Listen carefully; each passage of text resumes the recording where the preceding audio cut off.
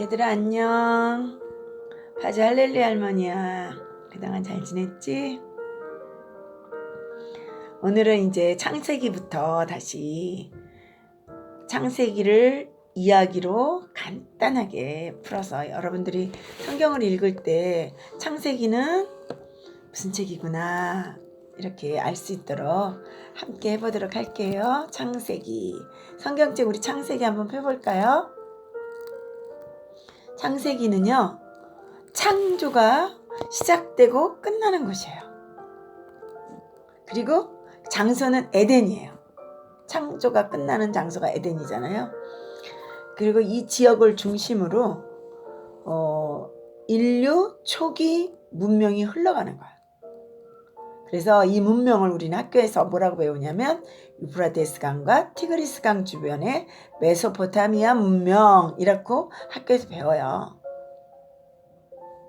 그죠? 창세기 1장부터 11장까지는요. 창조가 시작되고 인류 일반 역사가 시작되는 장면이 나옵니다. 가인 사람들이 등장하고 아벨 사람들이 등장해요. 선악과라는 그 이야기를 통해서 창조된 에덴 동산에서 쫓겨나잖아요. 쫓겨나서 이제 아담과 하와가 세상에서 사는데 아기를 낳았죠. 가인, 아벨. 그런데 가인이 아벨을 죽이는 장면이 나오잖아요. 그것도 나오고요.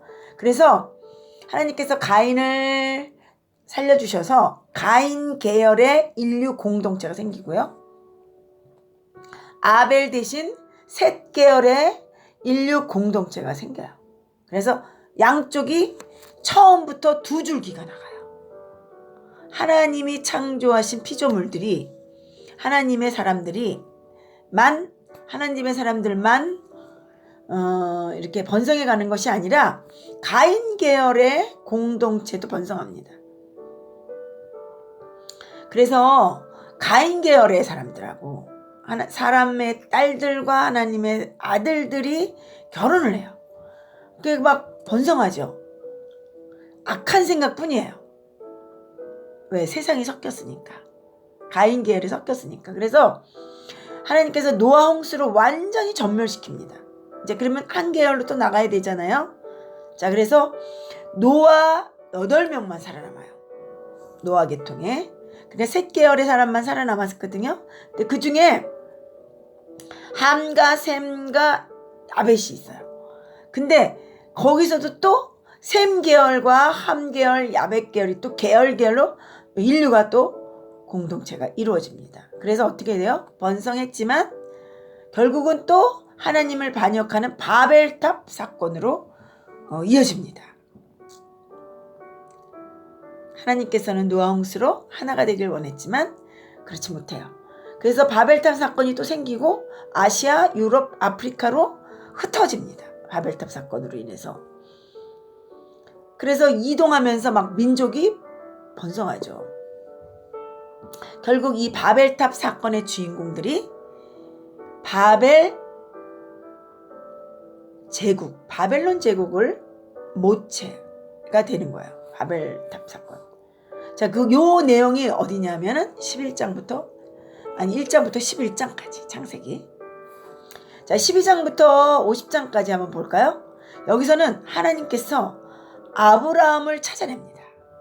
셈 계열의 아브라함을 찾아내서 하나님 프로젝트 시작합니다. 나도 나라를 세워야지. 내 나라, 내 백성 세우고 모든 족속에게 복음을 나누어 주는 나라를 만들어야지. 하나님의 계획이에요. 근데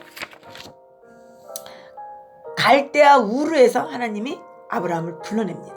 그래서 어디로 가냐면 지시할 땅, 약속의 땅, 가나안 땅, 맞아요. 거기로 가라고 해요.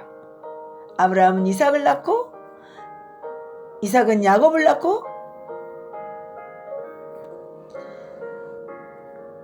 야곱은 12아들이 생깁니다.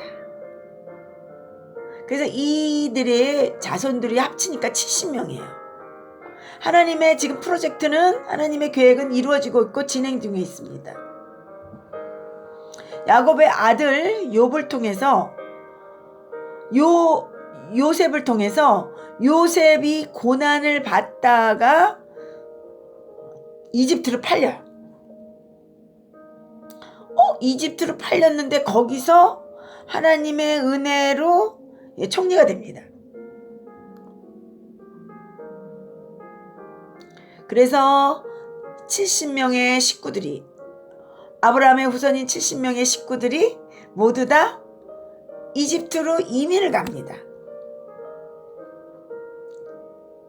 자, 이렇게 창세기는요, 역사책입니다.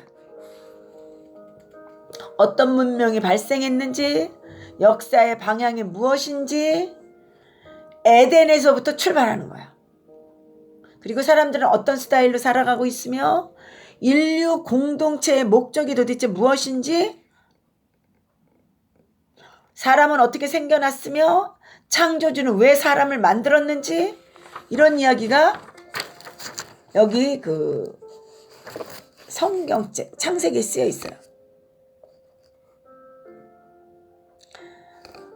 하나님께서는 하나님의 나라를 세우시고 그 나라를 번성하게 하셨어요. 70명을 어떻게 그 아브라함 3대 정도 돼서 70명이 됐어요.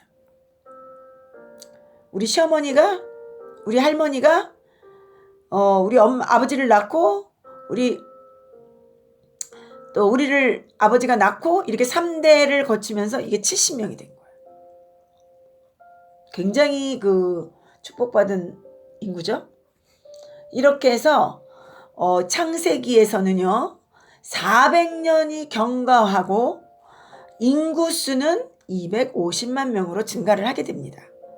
하나님께서 하나님의 나라를 세우시기 위해서 나라에 3요소가 있죠. 백성이 있어야 되고 법이 있어야 되고 땅이 있어야 되는데 먼저 하나님의 백성을 만드셨어요. 이게 창세기의 이야기입니다. 창세기는 신화가 아니고 만들어낸 이야기가 아니고 소설이 아니고 뭐라고요? 역사입니다. 역사. 실제로 살았던 사람들의 역사예요. 역사. 그래서 성경책 창세기는 역사서다.